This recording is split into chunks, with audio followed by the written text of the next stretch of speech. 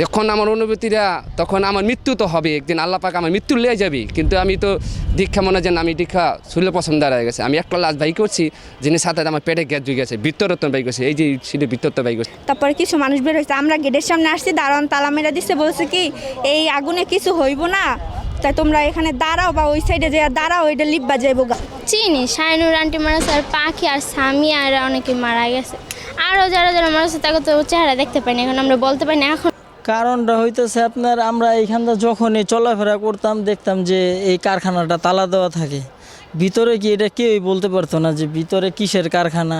না, আমি কখনো এটা ভাবি নাই, আমি ভাবছি এখানে আমার জীবন শেষ। আমি এখানে 4 বছর ধরে কাজ করি, তারপরে যে আমরা কাজ করি পুরো ফ্যাক্টরিতে, মানে সব সেকশনই আমি কাজ করি, এবং গ্যাস লাইট তৈরি থেকে মানে বানানো প্যাকেজিং করা মার্কেটে এটা মাল আমরা করি। হ্যাঁ, আমি ছিলাম। তখন আমার কাছে অনেক খারাপ লাগছে, মানে আগুন দেখে আমার অনেক ভয় করছে, মানে আমি ভয়ে অনেক আতঙ্ক হয়ে গেছি, কোন দিকে যাব না কোন দিকে কোনো পাইতাছি না। পরে ওখানে বের হয়েছে, আগুন লাগার পরে কয়টা পিচ্ছি ছিল সামনে, ওরা কয়টা বের হয়ে গেছে, আর ভিতরে যারা আসছিল বস্তা পইরা আগুন ধইরা গেছে গা, তারা আর বের হইতে পারে নাই। কিছু ছেলে, একটা ছেলে বের হয়েছে হাত পুইরা, তারপরে কিছু মানুষ বের হয়েছে। আমরা গেটের সামনে আসছি, দারোয়ান তালা মেরা দিচ্ছে, বলছে কি এই আগুনে কিছু হইব না, তাই তোমরা এখানে দাঁড়াও বা ওই সাইডে যে দাঁড়াও, এটা লিপবা যাইব গা। তখন আমাদের বলার পরে আমরা ওই দেওয়াল টপকে আমরা বের হই। আগুনটা প্রিন্টের মেশিন থেকে লাগছে, একটা বডি ফুইটটা তারপরে পুরো ফ্যাক্টরি সরে গেছে, মানে সাথে সাথে 1 মিনিটও লাগে না ব্লাস্ট হইতে।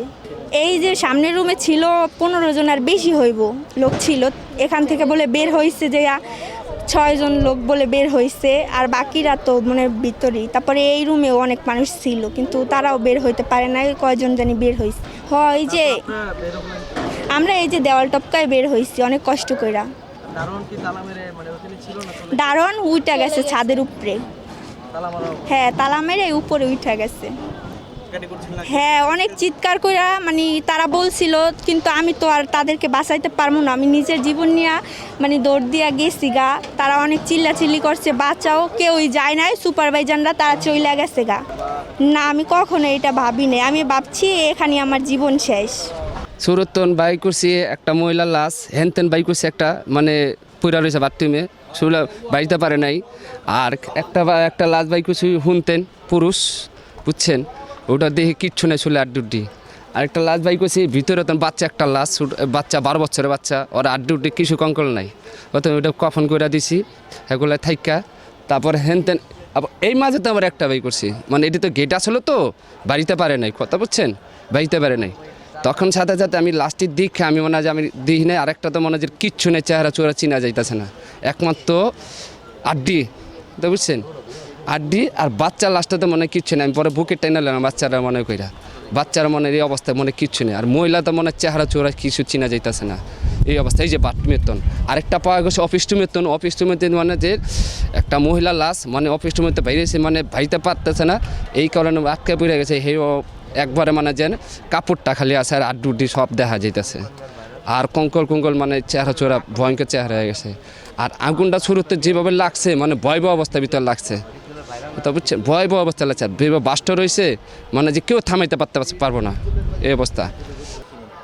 কারণটা হইতেছে আপনার, আমরা এইখানটা যখনই চলাফেরা করতাম দেখতাম যে এই কারখানাটা তালা দেওয়া থাকে। ভিতরে কি এটা কেউই বলতে পারতো না যে ভিতরে কিসের কারখানা, এটা লাগানো থাকতো সবসময়। হয়তো এই কারণে হইতে পারে যে বাইরে হইতে পারে নাই কি আসে, এই কারণে তো আমরা সবসময় দেখতাম যে এই কারখানা তালা দেওয়া থাকতো, কিন্তু বলতে পারতাম না যে আসলে ভিতরে কিসের কারখানা। একটা মানুষের জীবনের মূল্য যদি এখন মানুষ 2 লাখ টাকা দা বিবেচনা করে, তাহলে এটা তো হয় না। একটা জীবনের মূল্য তো আর 2 লাখ টাকা হইতে পারে না। এইখানে অনেকের মা আছে, অনেকের বোন আছে, যে একটা ফ্যামিলির আছে, উনি একমাত্র কাজ করে, এটা দিয়ে সংসার চলে। তো এখন তার তো আর 2 লাখ টাকা দিয়ে তার জীবনের মূল্য যদি আমরা নির্ধারণ করি, এটা তো আর হয় না। এইটাই যে 2 লাখের বিনিময়ে এখন একটা জীবন তো আর ফেরত পাইবে না একটা ফ্যামিলি। এখন এটা ভালো করে তদন্ত, আর এই জায়গার মধ্যে এই কারখানা তো না রাখাই ভালো।